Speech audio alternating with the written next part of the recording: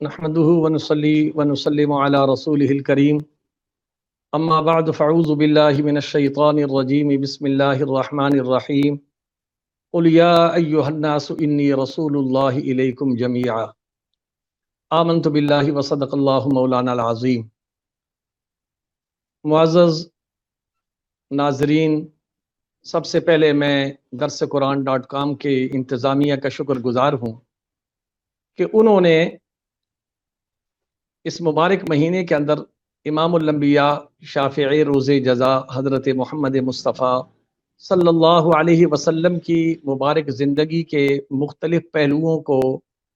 دنیا والوں کے سامنے اجاگر کرنے کا اہتمام فرمایا ہے۔ اللہ تعالیٰ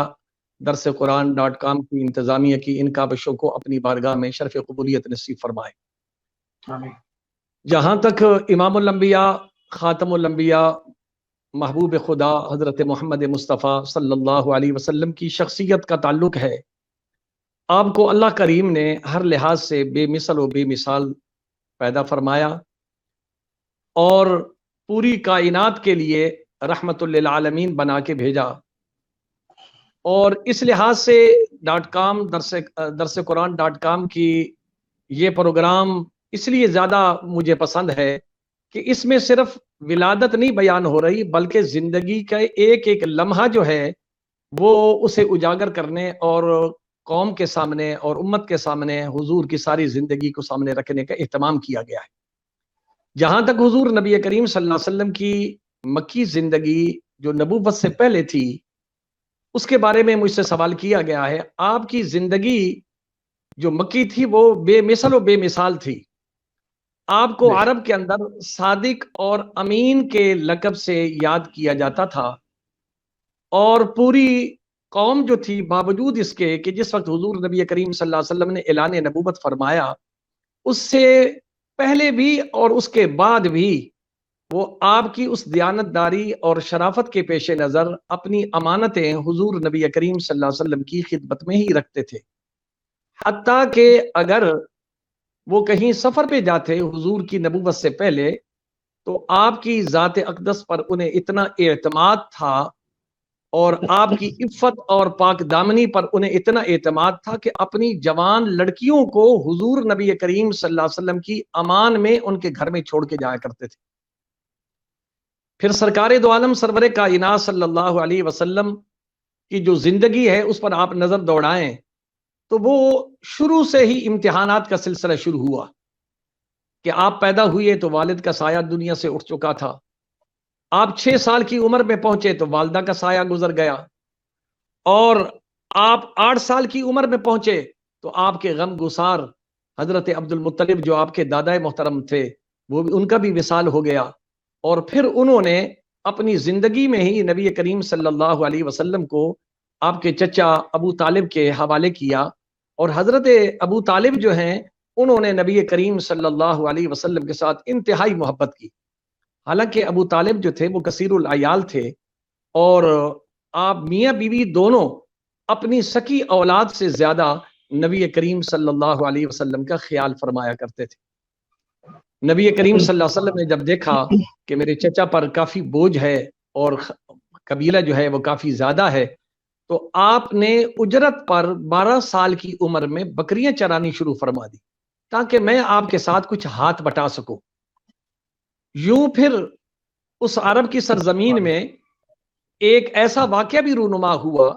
جو نبی کریم صلی اللہ علیہ وسلم کی عزت و احترام کو مزید کفار مکہ اور مشرکین مکہ کے دلوں کے اندر آپ صلی اللہ علیہ وسلم کے اس کردار نے بڑا اثر دکھایا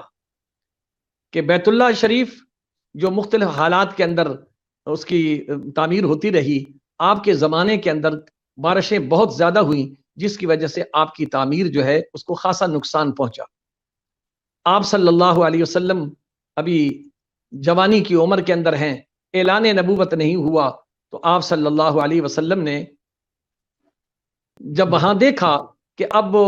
حجر اسود کے رکھنے کا وقت آیا تو وہاں جنگ و جدال کا بڑا خطرہ کھڑا ہو گیا۔ آپ صلی اللہ علیہ وسلم نے وہاں وہ حالات دیکھے، اور مشرکین مکہ نے یہ فیصلہ کیا کہ کل صبح جو بھی سب سے پہلے بیت اللہ کے اندر داخل ہوگا وہ جو فیصلہ کرے گا اس کے فیصلے کو سارے تسلیم کریں گے۔ نبی کریم صلی اللہ علیہ وسلم اللہ کے حکم سے اور اس کی رہنمائی میں دوسرے دن سب سے پہلے بیت اللہ میں تشریف لانے والے جناب محمد الرسول اللہ صلی اللہ علیہ وسلم کی ذات اقدس تھی۔ جیسے ہی لوگوں نے پتہ چلا تو سب کی زبان پر یہ بات تھی، صادق آ گئے، امین آ گئے، اب جو یہ فیصلہ کریں گے ہمارا سر تسلیم خم ہے۔ یعنی حضور نبی کریم صلی اللہ علیہ وسلم کی ذات اقدس پر کفار مشرکین کو اس قدر اعتماد تھا۔ پھر سرکار دو عالم سرور کائنات صلی اللہ علیہ وسلم نے جس دوربینی کے ساتھ اور جس اپنا اللہ کی رہنمائی کے ساتھ جو فیصلہ فرمایا، آپ نے ایسا فیصلہ فرمایا کہ پورا عرب حیران ہے۔ آپ نے ایک چادر مبارک منگوائی اور اس چادر مبارک پر حجر اسود کو رکھا، تمام سرداران قریش جو تھے ان کو طلب فرمایا، سارے آ گئے۔ آپ صلی اللہ علیہ وسلم نے فرمایا بھئی اس چادر مبارک پر جو حجر اسود ہے، آؤ سب اس کو اٹھاؤ۔ تو سب نے ان کو اٹھایا، اور پھر جب اس مقام پر پہنچے تو میرے اور آپ کے آقا جناب محمد رسول اللہ صلی اللہ علیہ وسلم نے وہ حجر اسود اپنے دست مبارک سے اس کو نصب فرمایا۔ اس فیصلے کا اثر یہ ہوا کہ مشرکین مکہ حیران تھے کہ یہ نوجوان، اور اس قدر عجیب فیصلہ فرمایا کہ خون ریزی سے بھی محفوظ کر دیا اور تمام کو نمائندگی بھی دی گئی۔ یہ میرے اور آپ کے آقا جناب محمد رسول اللہ صلی اللہ علیہ وسلم نے یہ عجیب فیصلہ کر کے دنیا کو حیران فرمایا۔ اور آپ کی مکی زندگی جو تھی وہ اسی طرح پاک دامنی اور دیانت اور شرافت اور یہ جو تھی پوری مسلمہ تھی، اور تمام عرب اس کو مانتا تھا۔ اس لیے حضور نبی کریم صلی اللہ علیہ وسلم کو صادق اور امین کے لقب سے یاد کیا جاتا ہے۔